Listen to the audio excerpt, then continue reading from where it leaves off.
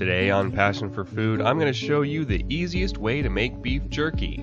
We won't need a dehydrator and we won't be using an oven. And to avoid starting a beef with anybody, I'll show you the classic teriyaki style along with my own version of lemon pepper. That's going to be a little different than the classic lemon pepper. And a quick take on the South African classic Biltong spiced jerky. So without further ado, let's move on out of here and get started. For our meat today, I have this big hunk of top round beef. This is about 3 pounds, and I like to leave that mostly frozen. Which is actually a pretty cool tip because of how much easier it is to get even slices on our meat that way. Even so, let's give our knife a quick honing here. You know what they say, a honed knife is a happy knife. Or was it something about there's no place like hone? Well, anyway. Once we get to cutting this, we want to aim for between 1/8 and 1/4 of an inch. I would say 1/4 is probably slightly too thick and 1/8 slightly too thin. So try and Goldilocks this thing. You can see here as I'm cutting this, even though this looked very lean, there's actually quite a bit of fat on the inside of this, at least on the one end. Now, some people really like that, some people don't. I recommend that the people that don't like that give their fatty pieces to their friends that do like that. And you can see this is approximately the size we're going for here. Pretty thin, but not crazy thin. I tried to come up with a couple more beef puns for you folks while doing this part, but you know, in the end, they just had to be cut. Anyway, once we have this all sliced up, it is a good idea to let it sit and thaw for at least an hour or so before we actually get around to marinating and or seasoning this. Now that it's thawed, I'll give you another quick look at the size we're going for. You can see this one is approximately 1/4 of an inch or so. A little thinner on that other side. Whoops, hey, I won't tell anybody if you don't. Anyway, now that our meat is thawed, let's get our marinades together. And we're going to start with this classic easy teriyaki marinade. 2 of these are going to be marinades and 1 of them a spice rub. Now let's pause for a moment and talk about sodium. We're going to want about 5 grams of salt per half a pound of beef. And for our teriyaki jerky, we're going to get about half of that from the soy sauce. So we definitely want to have a look, and you can see here we have about 1 gram of salt per tablespoon of soy sauce.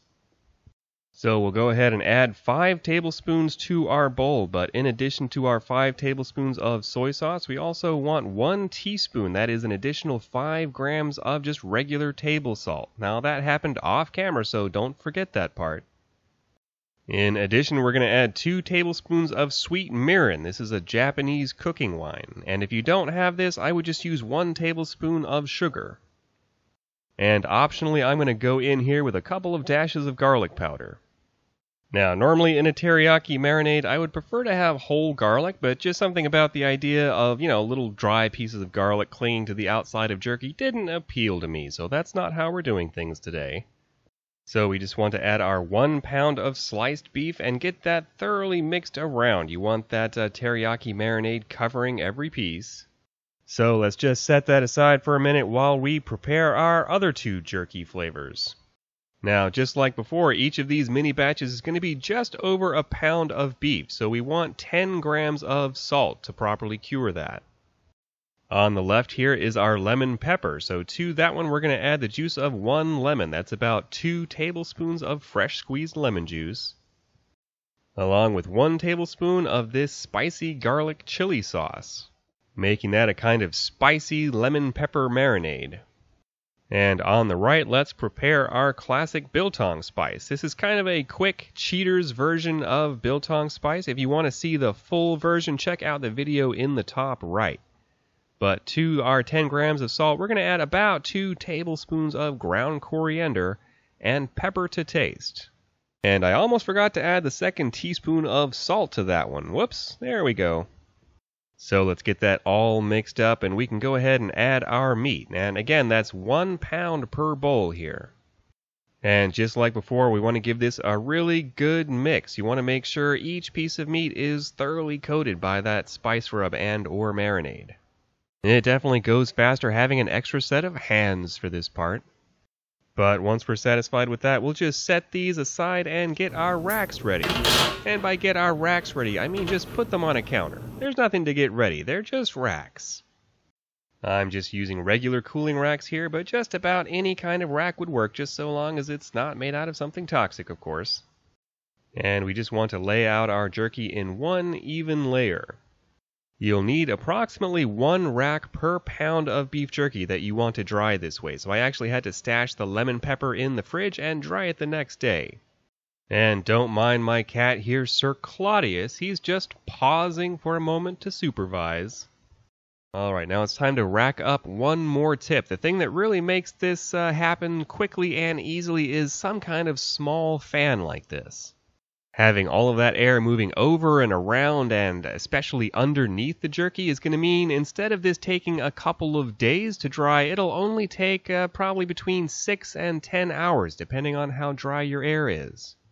What I normally like to do is put this out before I go to bed, and then when I get up in the morning, boom, I've got jerky. So here we are after 8 hours and minimal interference from the cat.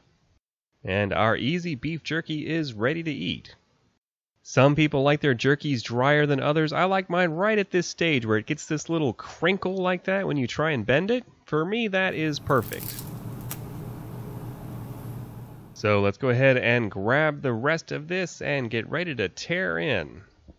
I really love how quick and simple this style of jerky making is. And on the right hand side here we have our classic teriyaki, and then in the middle is our biltong spice, and on the left is our unconventional lemon pepper.